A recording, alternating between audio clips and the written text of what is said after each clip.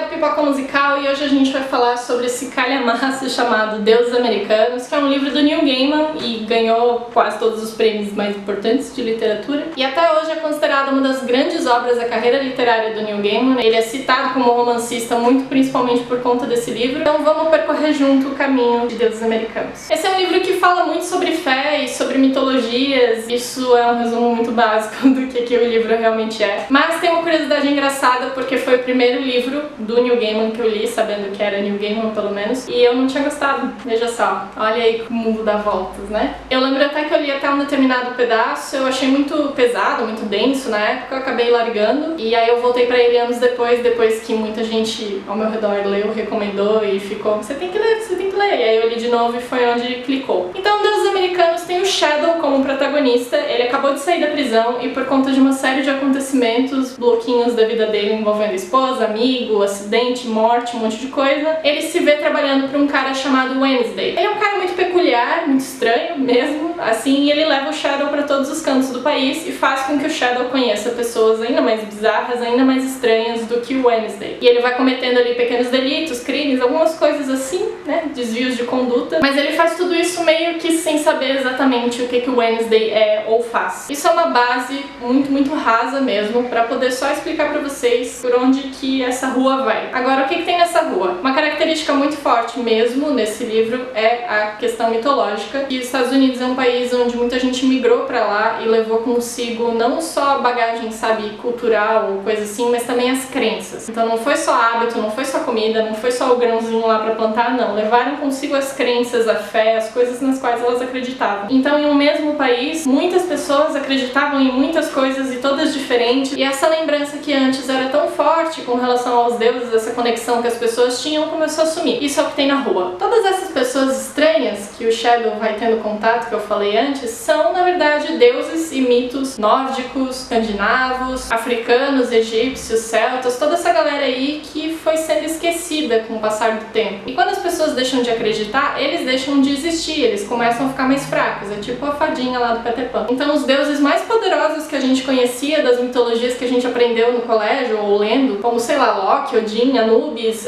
esses deuses agora são figuras comuns, são pessoas que estão ali vivendo nos Estados Unidos. O Anubis, por exemplo, que é um deus associado à morte, ele trabalha como agente funerário, saca? E ele é tipo o melhor funcionário de todos pra ficar ali embalsamando o corpo e mumificando, saca? Preparando realmente o corpo pra ser deposto. Quem leu Sandman sabe que esse conceito não é exatamente novo, Deuses Americanos veio depois disso, mas Deuses Americanos é meio que uma expansão de algo que foi só uma uma sementinha plantada lá no arco Estação das Brumas, onde Lúcifer deixa o inferno e aí o inferno está aberto para qualquer um governar. Todos os deuses que foram esquecidos pelas pessoas, que estão mais fracos, que já não tem mais razão para existir no mundo desperto, né, o nosso mundo, começam a brigar por essa chave, porque eles acham que é a forma de eles ficarem mais fortes. É curioso também porque em Sandman ainda é mencionado em algum momento que os deuses gregos não participaram daquele conclave lá em busca da chave, porque os deuses gregos não precisam disso. Os deuses gregos estão presentes até hoje. Tem um iogurte chamado grego, tem planetas com nomes gregos, tem, sabe, tipo, naves que vão pro espaço, pessoas que dão um nome de filho, personagem de novela. Eles são lembrados o tempo todo pela nossa cultura ocidental. Então eles não precisavam estar lá naquele conclave em busca da chave porque eles tinham o próprio poder ainda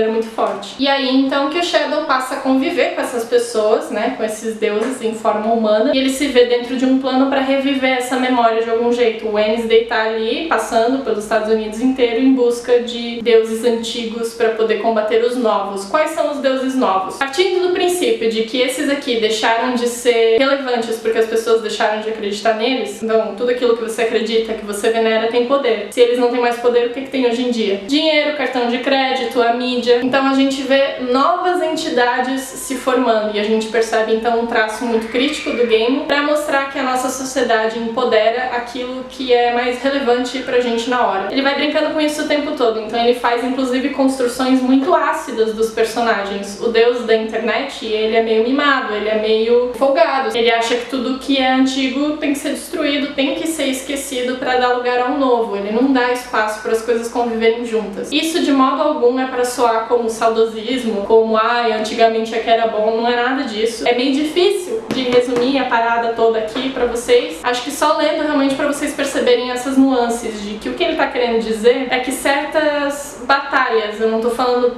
de a gente lutar por algo que é bom pra gente, eu tô falando de brigar por besteira. Então certas batalhas pessoais e sociais, elas não levam a nada, elas só desgastam e trazem guerra, trazem fome, trazem coisas ruins pro mundo, pra gente e pra todo mundo. O Shadow tá ali no meio de um monte de gente que é poderosa e mágica de alguma forma. Poderoso nem tanto, né, que é o que eu tô falando até agora. Mas o que eu quero dizer é que o Shadow é humano, o Shadow é tipo eu, é tipo você no meio dessa parada louca toda. E ele não é esquecido em momento algum durante o livro, ele não é banalizado só a um status de tipo olhos do leitor. Ele é um personagem muito complexo, com pensamentos, com desejos, com passado, que vai sendo explorado pouco a pouco. Da história dele sendo uma pessoa daquele país, a história dele tá tão relacionada ao passado do país quanto ele imagina. Deuses Americanos vai virar série de TV, eu acho isso muito positivo, porque isso aqui não ia caber num filme. Talvez o formato de série seja atrativo para poder contar a história do jeito certo, porque cada personagem tem toda uma riqueza, tem toda uma pluralidade para você explorar. De modo geral, eu sou bem aberta a adaptações, eu não fico reclamando da cor de cabelo de personagem, não fico reclamando se o sotaque é um, se o sotaque é outro. Não tô invalidando a crítica de quem reclama, eu só tô falando que eu prefiro talvez esperar a série ser lançada, poder assistir ela e então tecer algum comentário a respeito e não me basear só em foto ou em trailer, porque o trailer de Esquadrão Suicida mostrou pra gente que um trailer não quer dizer nada, né? Isso tudo são pequenos recortes de uma grande obra, assim como esse vídeo é só um recorte muito pequeno de tudo que tem aqui em Deuses Americanos. Então, isso é o que eu tinha pra falar a respeito de Deuses Americanos aqui pra vocês. Caso você já tenha lido o livro, deixa aí nos comentários o que você achou. Eu sei que é um livro que nem sempre agrada muita gente, bom, né, foi o primeiro livro que eu li dele e eu não curti de imediato. Então eu sei que às vezes ele é meio difícil de digerir, ele é bem pesado em muitas coisas. E eu acredito também que vão ter interpretações aí muito diferentes a respeito da história. E que bom, porque são as várias faces que um livro apresenta pra gente. Se você gostou do vídeo, deixa um like, deixa um comentário. Se você não é inscrito ainda no canal, se inscreve, seja bem-vindo. E eu vejo vocês no próximo vídeo.